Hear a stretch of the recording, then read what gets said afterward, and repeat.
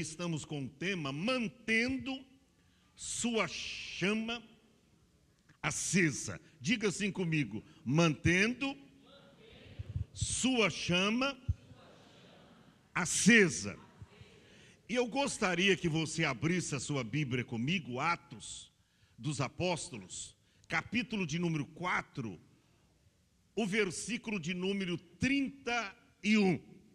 Atos dos Apóstolos, capítulo 4, versículo de número 31. Eu estava orando de madrugada e Deus colocou essa palavra no meu coração. E aí eu usei esse tema simbólico: mantendo sua chama acesa, baseado nesse versículo. Vou esperar, está aí no telão, mas de repente você quer conferir na sua Bíblia. Temos aí várias traduções diferentes e tem um campo vasto aí para você aprender. Todos encontraram? Digam amém. Diz-nos assim, eu vou ler na minha edição Revista Corrigida. E tendo eles orado, moveu-se o lugar em que estavam reunidos, e todos foram cheios do Espírito Santo e anunciavam com ousadia a palavra de Deus. Repita assim após mim: e tendo eles orado, moveu-se o lugar em que estavam reunidos, e todos foram cheios do Espírito Santo e anunciavam com ousadia a palavra de Deus. Diga assim, amém. E toma o seu assento só um minutinho. Algumas considerações desse texto. Queridos, Atos é o elo entre a vida de Cristo e da igreja, entre os evangelhos e as epístolas. Atos é a continuação do evangelho de Lucas, numa dimensão totalmente espiritual. E aqui nós encontramos o apoderamento da igreja numa visão apostólica. Nesse capítulo aqui nós vamos ver que Pedro e alguns apóstolos, eles foram apresentados diante do Sinédrio. Escute bem o porquê. Pedro havia mais ou menos 3 horas da tarde ido ao templo com João para orar. Tinha ali um coxo e ele pede uma esmola. Parece que Pedro saiu de casa com João um pouco desprevenido, não levou nenhuma oferta.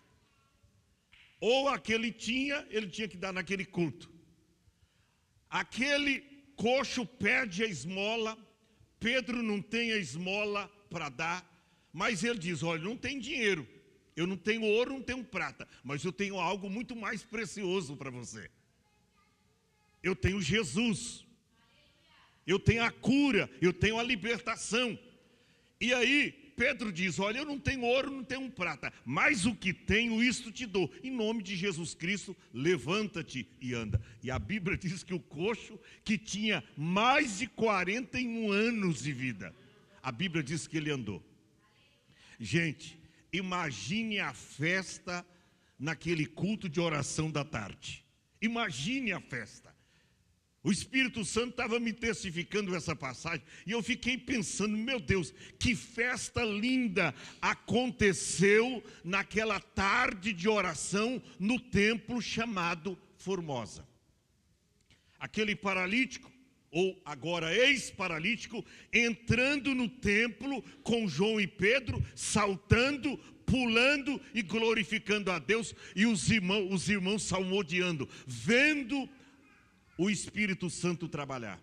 Só que isso, escute bem isso, fez com que Pedro fosse levado diante do sinédrio, ou seja, diante das autoridades, para ser julgado. E olha, não dá tempo para mostrar, mas o que eles foram ameaçados a desistirem, a parar de falar do nome de Jesus, e eles não estavam nem aí, porque aqui o apoderamento da igreja, numa visão apostólica, a igreja estava na dimensão do Espírito. E quando Deus me mostrou esse tema aqui, mantendo sua chama acesa, falei, isso aí é o abala. Isso é o abala, é o crente cheio do Espírito, numa outra dimensão de vida, para viver sobre os domínios do Espírito Santo. E aí sim, ele tem condição de operar maravilha, ele tem condição de confessar o nome de Cristo diante do sinédrio, ele tem condição de falar de Jesus para qualquer pessoa, para qualquer autoridade. Sabe o que aconteceu em suma? Eu vou terminar. Eles não puderam calar os apóstolos. Olha para cá. Eles não puderam calar Pedro, João e os demais apóstolos. Os ameaçaram e diz, vocês não vão falar mais no nome de Jesus. Vocês prometem. Mas você lembra quando você era novo convertido? Eu me lembro que tinha alguns irmãos que a gente tinha que segurar na igreja. Irmão, não faz muito barulho não, tá? Teve um irmão que a gente até diz, irmão, se você não dá muito glória a Deus alto, a gente vai receber muitas visitantes na igreja, eu vou te dar até um par de botas. Te dou um par de botas, para você não dar muito. Não tinha jeito. O irmão levantou lá, pastor, com bota ou sem bota, pastor? Eu não consigo ficar de boca fechada na igreja. E o povo adorando e glorificando a Deus, irmão. Não tem jeito de calar um crente cheio do Espírito. Eles não conseguiram. E aí, o que eles foram fazer? A Bíblia diz, e eu termino aqui, olha o que está escrito, versículo de número 29. Agora, pois, ó Senhor, eles foram orar. Agora, pois, ó Senhor, olha para as suas ameaças e concede aos teus servos que falem com ousadia a tua palavra. Eles não foram covardes, como os da nossa geração, que quando são imprensados, ameaçados, eles desistem. Eles negam o nome de Cristo. Eles não tiveram medo, eles não foram covardes. Senhor, dá livramento, as autoridades estão querendo nos matar, tenha misericórdia da gente. Eles não fizeram isso não. Eles dizem, Senhor, olha para as ameaças que eles estão nos fazendo. E concede, olha que coisa, e concede aos teus servos que falem com toda a autoridade, com toda a ousadia, a tua palavra. Enquanto isso, Senhor, estende a tua mão, olha aí, para curar e para que façam sinais e prodígios através do nome do teu santo Filho Jesus. E aí, irmão, chega no versículo chave, o verso de número 31. E tendo orado, diga assim comigo, e tendo orado, e tendo orado. Quanto tempo que você não ora, irmão? Quanto tempo? Pastor, mas não adianta orar, porque tem hora, irmão, que você ora e a sensação que vem ao seu coração é que não adianta orar, que o seu problema é insolúvel, que o seu problema é imperioso. A sensação que às vezes você tem quando ora é que a sua oração não está nem ultrapassando o teto. Sim ou não? É verdade. Tem hora que vem uma sensação de que a nossa oração não está sendo ouvida por Deus. Mas olha para cá, eu quero te dizer uma coisa. A oração, você pode não ver os resultados físicos quando você ora, mas há um abalo no mundo espiritual. Quando nós oramos, irmão, o mundo espiritual, ele é abalado. Quando você ora, o mundo espiritual é abalado. Você não ora acreditando que a sua oração é tão fortíssima assim. Mas eu quero te dizer que a tua oração é. E eu quero te dizer que nós precisamos urgentemente desse abala de vida no Espírito Santo, para que você tenha a ousadia. Olha para cá, não é para ficar se exibindo na igreja não, que você é cheio do Espírito Santo, falando em línguas estranhas, profetizando para um. Não, irmão, isso aí já tem muita gente que faz. Não, pare com isso. Não é para fazer isso não, é para testificar do nome de Jesus, é para trazer vidas para Cristo, é para ganhar almas para o reino de Deus. Esse é o poder que a igreja precisa, mantendo a sua chama acesa, sobre os domínios do Espírito Santo. Você viver uma vida numa outra esfera, numa outra dimensão. Fica em pé. Eu finalizo dizendo: e tendo orado. E tendo orado. Sabe que tem gente que fica muito tempo sem orar. E aí, eu não sei lá em Taubaté, pastor, mas por aqui tem alguns caiçaras.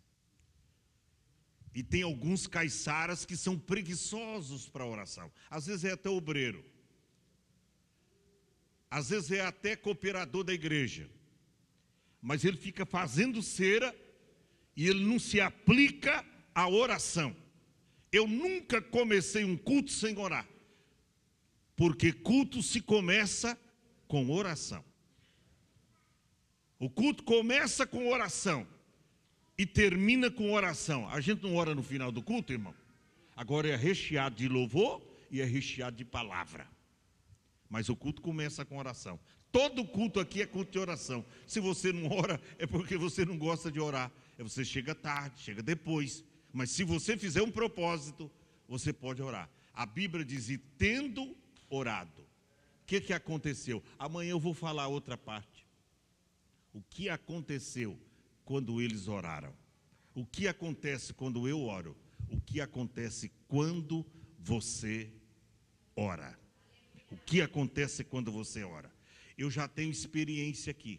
E eu já vi pessoas aqui orando de manhã e Deus respondendo a oração à tarde. Eu já vi gente orando aqui e eu já orei aqui e na mesma hora Deus respondeu a oração. Diga assim comigo: e tendo orado. Isso vai ficar no teu coração, e tendo orado. Principalmente quando você enfrentar uns probleminha, você fala: meu Deus, o pastor diz, e tendo orado. Será que eu já orei hoje? Será que eu orei? Ou você entrou nesse culto hoje, irmão, e não orou nem um minutinho durante esse dia? Está vendo como é que você está falho? Nem orou durante esse dia. E aí você quer poder de Deus para a sua vida. Não vai acontecer nada. Nós vamos orar nesta noite. Eu queria chamar uma missionária. Cadê a missionária Suelen?